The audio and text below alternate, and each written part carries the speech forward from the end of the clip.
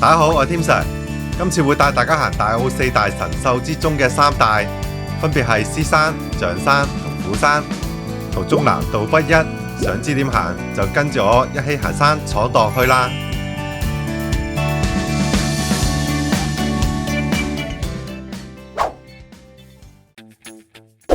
睇之前記得撳住個鐘仔同訂閱喎。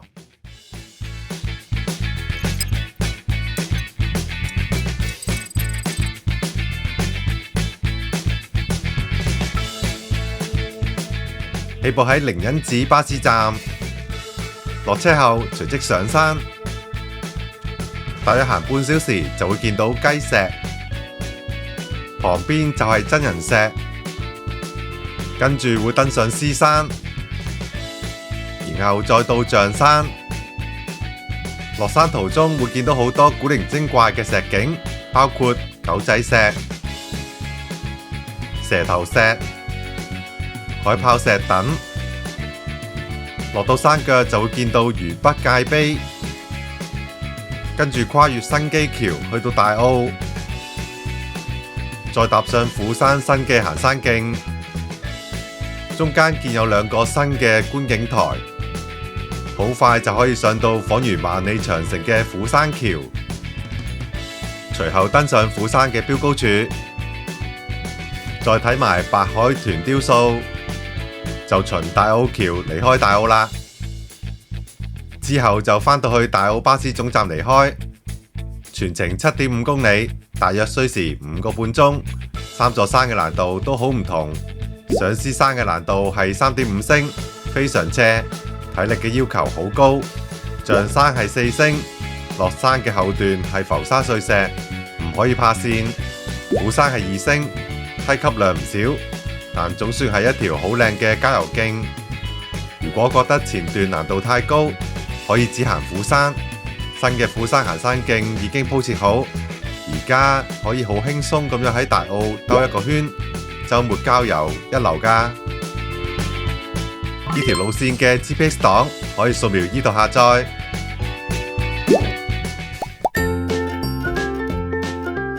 到起點可乘搭大嶼山巴士11號，喺靈隱寺巴士站下車。落車後往後行，然後轉入左邊嘅路口，就會見到靈隱式堅亭，旁邊有一條維修斜坡嘅梯級，循梯級開始上山。梯級又長又窄，先行到上頂，然後揾一揾右手邊嘅方徑入口，路口係綁有絲帶㗎。即使見唔到絲帶都唔緊要，因為入口係好明顯嘅。山徑係非常清晰，唔會係朦朦朧朧㗎。先沿路一直上，開始一段已有一定嘅斜度㗎啦。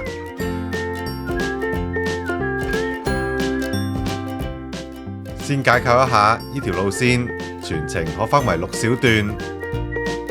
第一段登上獅山1.1公里，第二段登上象山1.2公里，第三段落象山1.6公里，第四段往虎山山腳1.6公里，第五段上落虎山1公里，第六段離開大澳1公里，合共7.5公里。最難嘅係第三段落象山，係要落大斜同浮沙碎石。其次係呢一段登上獅山，全段都幾急嘅，斜度都好高。跟住係第二段，由獅山登上象山條路嘅草叢非常之多，要有方向感同懂得睇地圖先至得。接住係第五段，依家虎山全條路已經變成咗官方山徑，難度係郊遊徑級別。其餘第四段同第六段全係平路，完全冇難度可言。大約8分鐘後，上到呢一片小平原，左邊就係第一個目標獅山，而右邊就係第二個目標象山。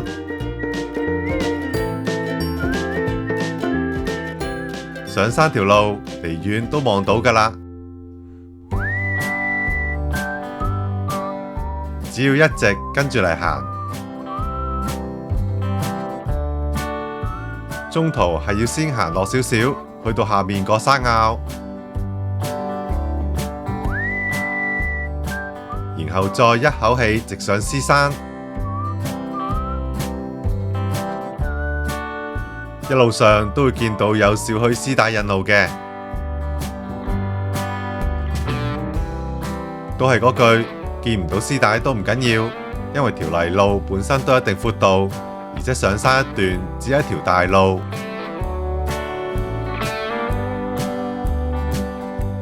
行下會見到一條好長嘅天線，由山腳拉到上山腰。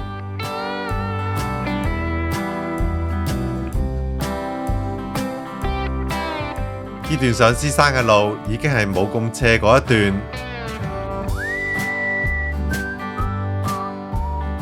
睇一睇等高線圖就清楚晒啦。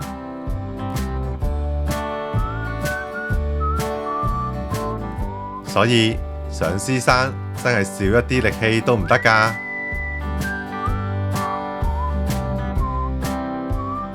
獅山雖然只係高322米，但登山嘅位置只係高約40米。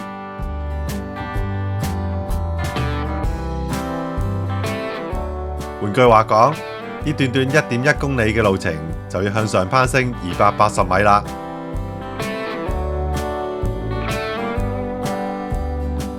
按馬路嘅斜坡比例嚟計算，呢條係1:4嘅大斜路。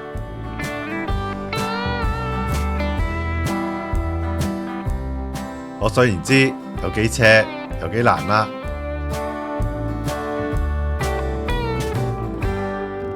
感到吃力係正常嘅，多設小優位置啦，唔使一口氣谷上頂嘅。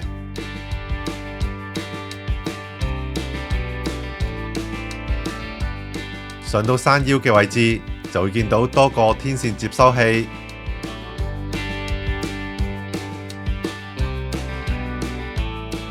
中途會見到一啲疑似嘅分岔路，佢哋都係殊途同歸嘅，行中意嗰邊就得啦。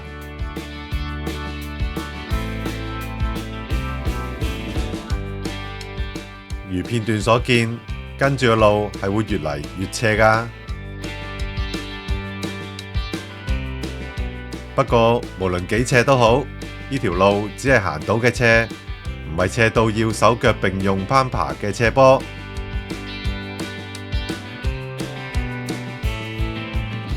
方向只有一個，就係望住面前座獅山行上去。想休息嘅，不妨再行多幾步先。因為雞石就喺面前嘅大石堆中，建議去到雞石慢慢影相，自然就會有好多休息時間㗎喇。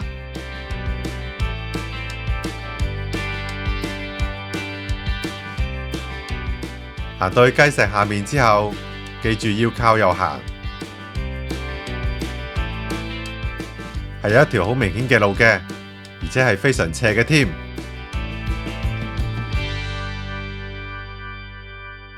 千萬唔好直攀上雞石咁傻啊！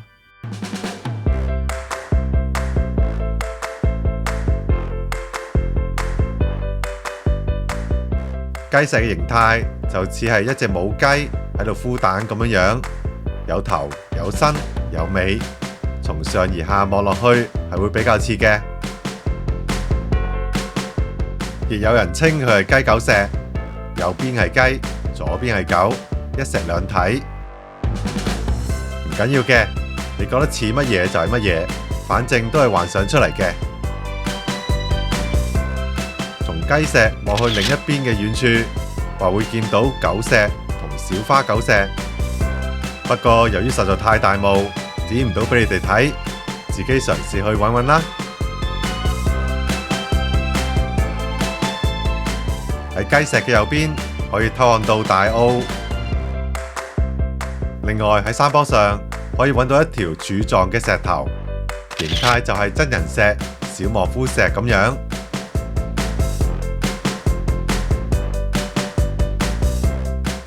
好啦，影完石頭，小休住咁多先。隨後要向上攀一嚿大石，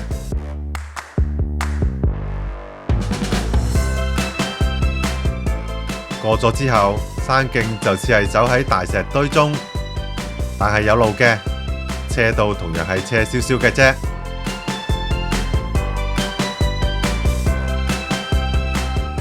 沿山徑繼續行上去，周圍都係大石，到處都係影相位，想點影都得，只要位置安全就得啦。至於安全與否，要睇當時嘅情況，自行作出適當嘅決定。喺大石堆之中，有一處仿如山頂嘅平地，正因為既空曠又開揚，喺呢度係可以俯瞰到整個大澳全景㗎。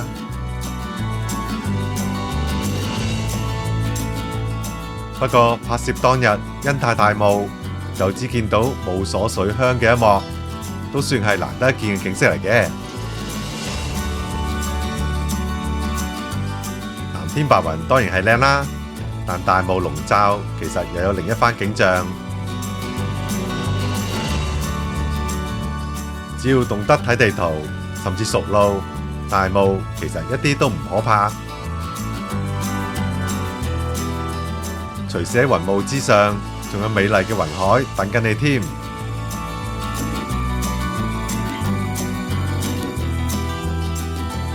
面前嘅山頂就係獅山，山徑係好清晰嘅泥路，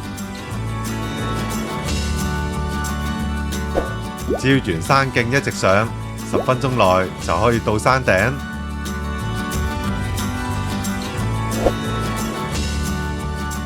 喺山頂只有幾棵草，睇落冇咩特別。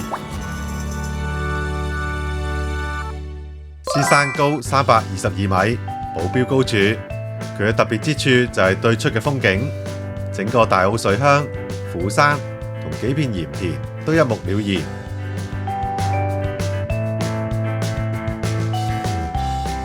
嚟到呢度，第一段登上獅山就結束啦。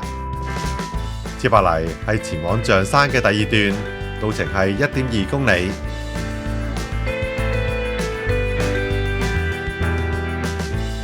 呢一段嘅路碑都係明顯嘅，中段嘅草叢就會比較茂密同高，要留意多啲地圖。最緊要係有大路行大路，唔好行入迷糊嘅小路。發現越行越朦，甚至連路碑都睇唔清嘅時候，就應立即折返，揾返主徑嚟行。方向如非大霧，係好明顯嘅，就係向住象山嚟行。由獅山行去象山，約係1.2公里。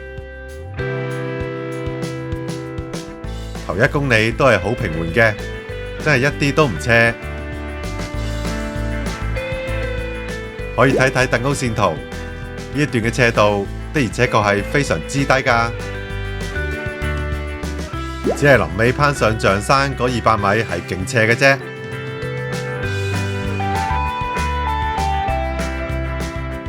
開頭呢1公里可以話係好輕鬆，亦可以話唔係。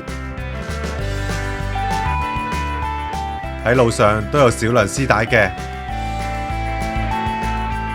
只要跟住絲帶行，最緊要係目測有大路行大路。因為中間支路嘅清晰度次次都唔同，行當時環境最闊嗰條就得，多數都係殊途同歸嘅。點解中間支路嘅清晰度次次都唔同呢？原因係每次山徑旁嘅草叢茂密程度都唔同，邊一邊清一啲，就自然會多人行一啲，嗰年就會闊一啲啦。喺明顯嘅分叉路口都係有絲帶㗎。呢一段就係中間比較多草叢嘅一段，如片段所見，路碑係十分清晰嘅，而且有一定闊度。呢一點係好重要㗎，全段係冇一段路係睇唔到路碑，要穿林㗎。跟住會進入草叢最茂密嘅一段。越密嘅地方就越多絲帶，不過最重要係睇實地面條路，以及喺分叉路口辨別清楚方向。必要時就查一查離線地圖，唔好憑感覺。尤其係喺大霧嘅時候，確認路線正確，先至繼續再行都未遲。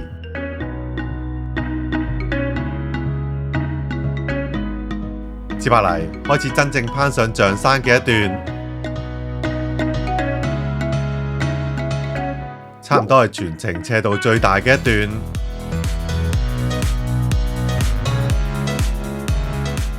茂密嘅草叢唔見咗，山徑回復返最初嘅清晰度。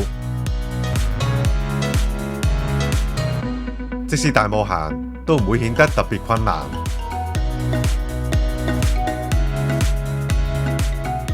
前面朦朦朧朧嗰個就係象山啦，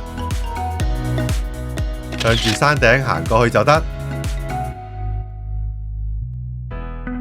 呢條路冇咩特別要留意，條路係好清晰嘅泥路，就係一個斜字，沿路慢慢上啦，唔使急，倦就少咗一陣再繼續行。如是者行約10到15分鐘，條路係好靚嘅，不過就越後越斜。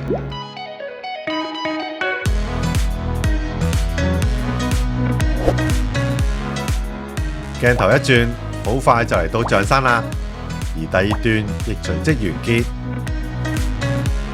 象山高海拔450米，有標高處，風景即使唔大霧，其實都唔太特別嘅。山頂就似係俾群山環抱，亦睇唔到大澳。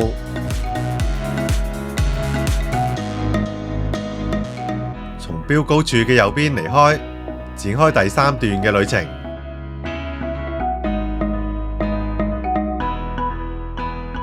往後係較長嘅落山路程，有1.6公里，將會由象山山頂落到岸邊嘅山腳。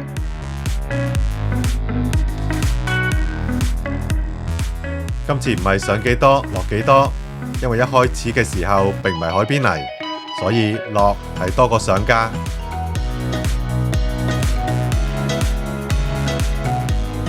第3段一開始都係喺草叢之間穿梭，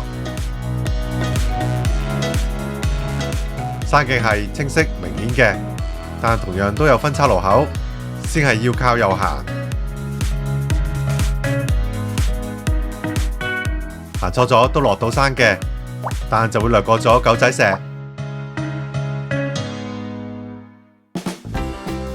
望住前方嘅爛泥地行過去，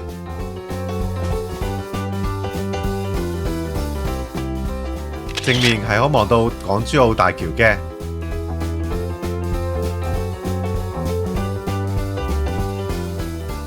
沿住條狹窄嘅山徑不斷行，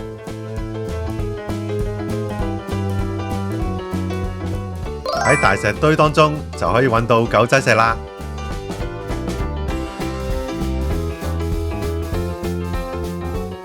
慢慢小心咁行過去，大石堆附近嘅碎石係比較多㗎。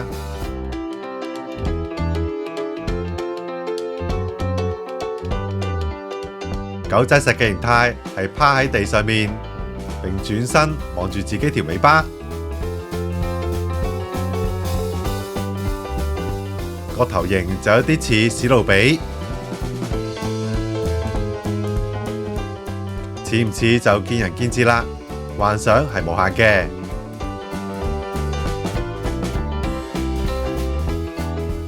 跟住沿左邊嘅浮沙碎石路落車，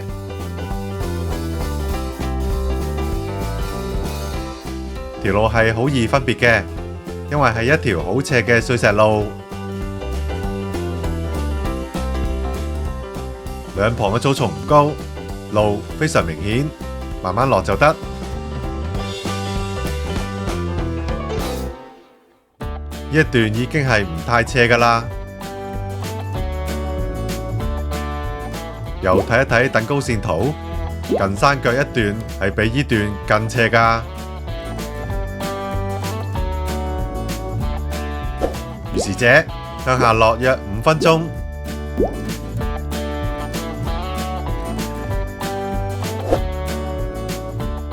喺下一個明顯嘅上山分叉路口，要靠右行，唔好靠左上咗山。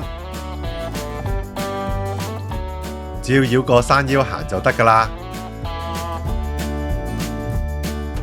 記住係唔使再上山嘅，全段都係不斷咁往下走。如果天氣好嘅話，你會見到前面係海，而條山徑係好似一路行緊出海皮咁嘅。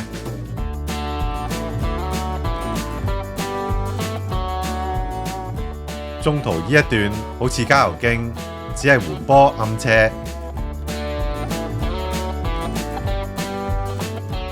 大車暫時唔見咗，山徑好好行。右邊係可以見到港珠澳大橋㗎。皆因拍攝時真係太大霧，只能夠若隱若現咁見到港珠澳大橋。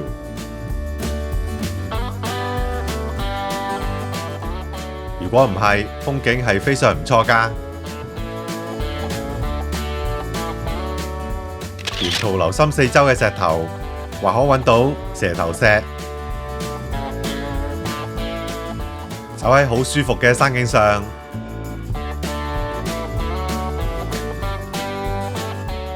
開揚廣闊又易走。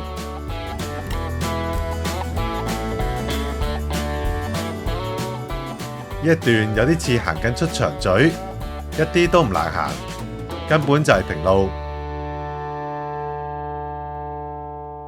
喺等高線圖箭咀嗰一段係平路嚟㗎。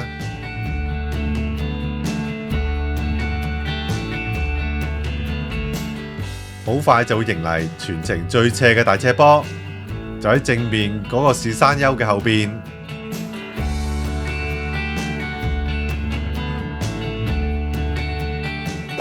如是者，沿唯一嘅山徑行過去，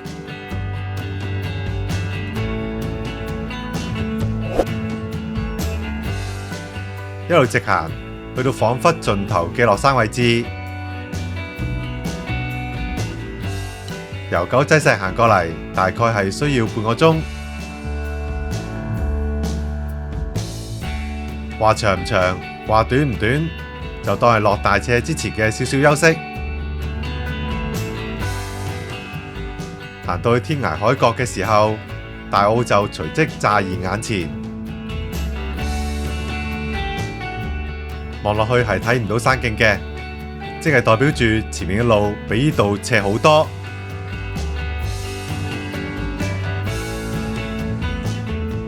正所謂無限風光在險峰，呢度就係俯瞰大澳嘅最佳位置。面前一格格嘅，以前部分係鹽田，而家已經全部荒廢啦，變晒做魚塘咁樣。沿路慢慢行落去，山徑係非常崎嶇陡峭㗎。要打醒12分精神，留意落腳嘅位置。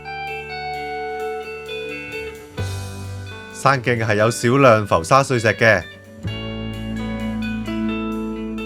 落錯腳嘅話係會好易跣到㗎。雖然風景係好靚，但千萬唔好一邊望住風景，望地下，不顧一切，隨意就行落去。臨尾先弄傷手腳，要 call 救援就唔好啦。況且呢度咁斜，消防要抬你落山都非常困難㗎。年中喺度跌傷嘅人都唔少嘅。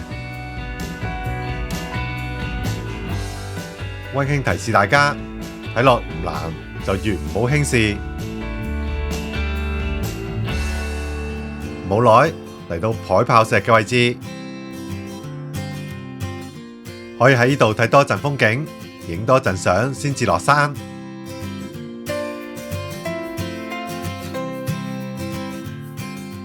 小休一陣之後，就由海豹石嘅左邊行落去。山脊上嘅山徑係好清晰嘅，明顯係有一條路直落到底。向上望就會見到海豹石嘅另一個角度，比由上面望落去係更似㗎。最後呢段山徑係全程最靚嘅，但亦都係全程最難行嘅。從鏡頭嘅角度望落去，好似唔係好斜咁樣，但因為頗多浮沙碎石嘅關係，好容易就會跣腳。行嘅時候要盡量踏喺大石之上，或者行喺一啲稍為冇咁斜嘅位置，切忌太大步。有行山杖嘅，可以善用嚟平衡，可有非常大嘅幫助。手襪就幫唔到啲咩手，因為沿路落山兩旁都冇咩植物可以俾你當扶手。冇行山杖嘅，就只能純靠自己嘅平衡力啦。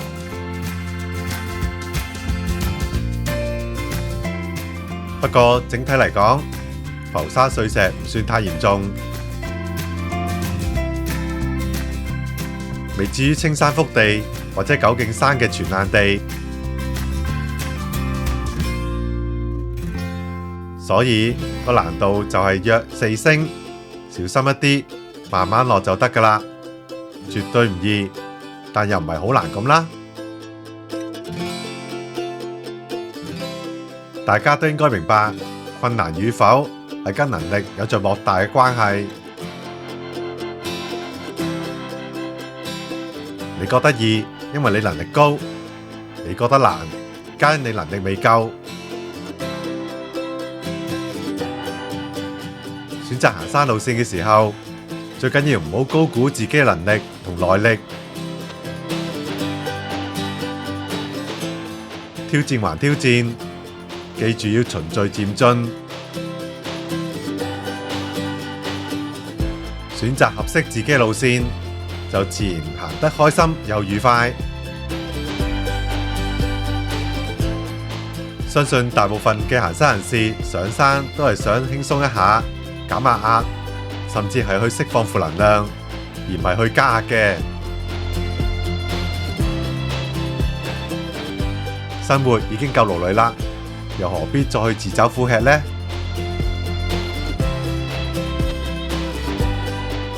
記住添常格言，開心上山，安全落山，一起行山闖蕩去。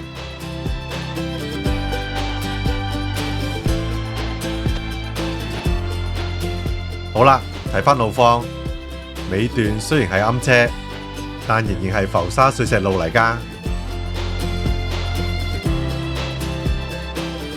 單睇條片，路係冇咁斜嘅，但碎石依然係好多㗎。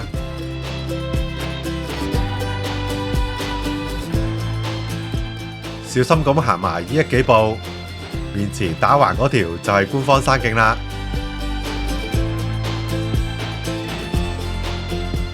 由海豹石行到落底，大約用咗15分鐘。由象山山頂開始計嘅話，就大約用咗個半鐘頭。接回大路之後，靠左行前少少，就會見到魚北界碑。魚北界碑係於1902年樹立，以表明大嶼山當年遭遇英國。跟住魚北界碑左邊條路行，唔好落錯咗最左邊嗰條墓地梯級。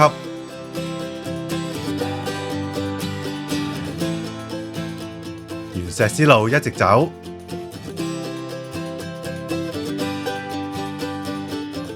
前面就係下一個目標虎山。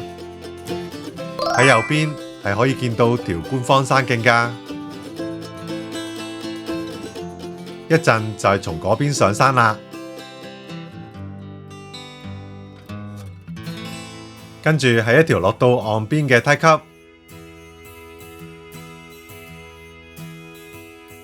級，結尾就接上東澳古道。第3段亦隨即完結。跟住係第4段，前往虎山山腳嘅1.6公里平路。望住大澳嘅方向行過去，係要兜一兜路嘅。途中會見到一個大型介紹牌，係關於面前嘅楊侯古廟㗎。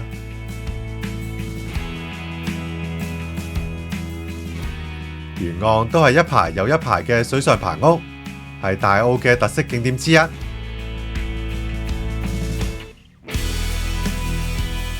禮貌上盡量都減少對居民嘅滋擾，細細聲行過，用心去體會佢哋嘅風情。喺棚屋旁直行一段後，再靠右走，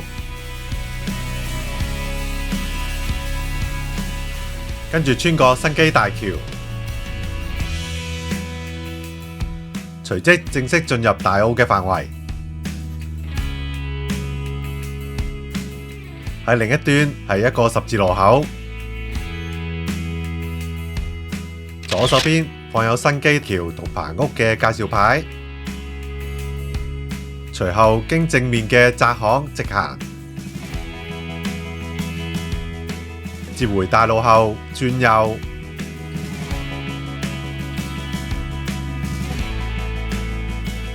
往後繼續直行。呢條係吉慶後街，中途會經過建於1966年嘅合成龍煤油倉，依家已經荒廢啦。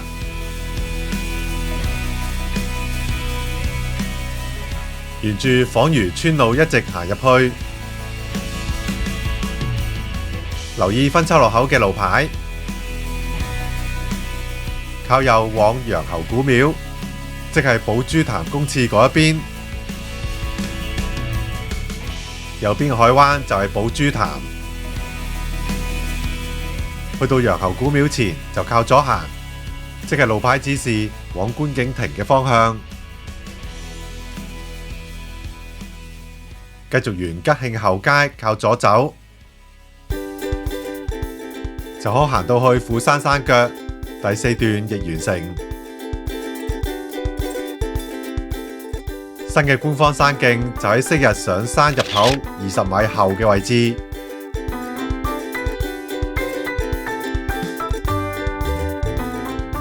開始第5段上落虎山嘅1公里路程。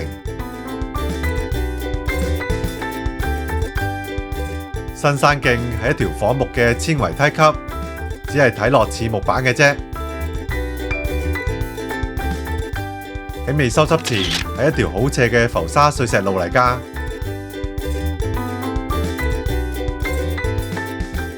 新山徑建有觀景台，主要飽覽港珠澳大橋，同可以望到大澳水鄉。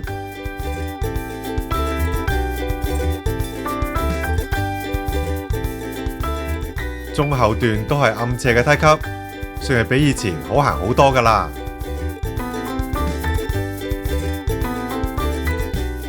中途只有一小段林蔭，其實幾步就過晒。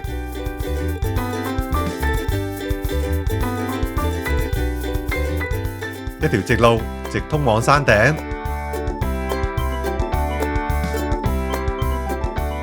由於梯級量都唔少，所以難度唔算係1星嘅 BB 級，但絕對係大眾化嘅行山徑，就當係2星難度啦。只要係正常有手有腳，並非行動不便嘅，應該都一定上到去㗎。觀景台一共有2個，風景近乎一樣，呢一個就靚一啲，因為望到虎山橋以及一大段港珠澳大橋。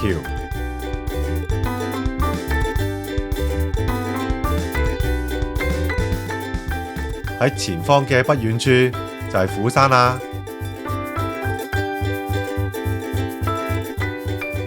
只要再行埋最後呢一小段嘅泥路山徑，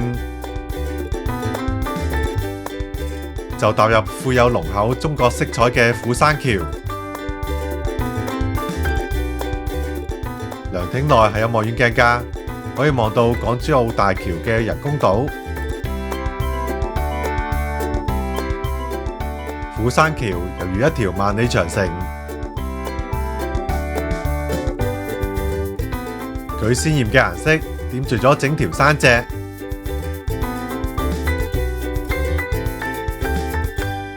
雖然佢係人造景觀，但個人認為視覺上佢係比龍脊更震撼㗎。面前係一個島都見唔到嘅無邊際大海。大家嚟大澳嘅時候，除咗飲飲食食，有時間嘅一定要嚟虎山行一轉，必定會為你留下深刻嘅印象。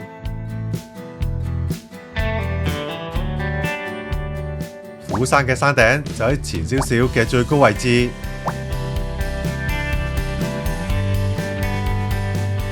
虎山高海拔77米，有標高處，可盡覽珠江口。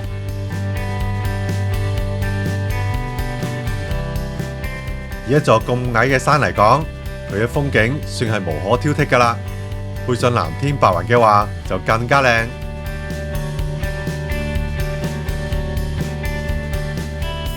睇完靚景就離開啦。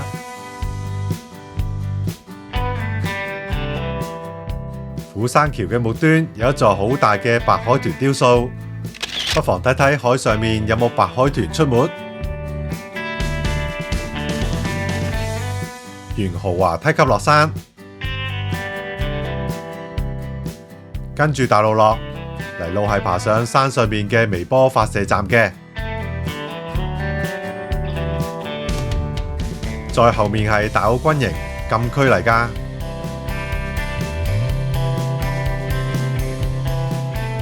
沿路有少少原居民嘅墓地，掠過去就係啦。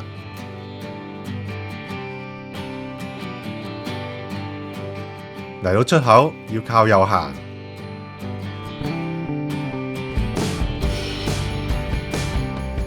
第5段嘅上落虎山亦完成。接下嚟係離開蕩行街嘅第6段，先經過香港少林武術文化中心，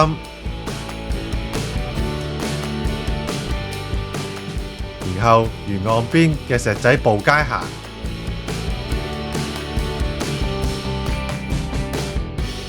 儘管蕩行街，遊走兩旁嘅店鋪，飲飲食食，行遊大澳。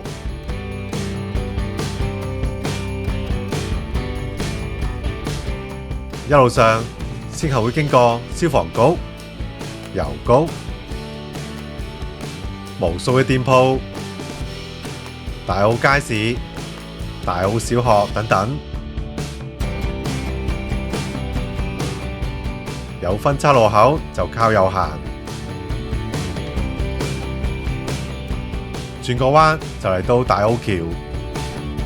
我欣賞到大澳嘅水鄉風情。離開大橋後，跟住路牌靠右走，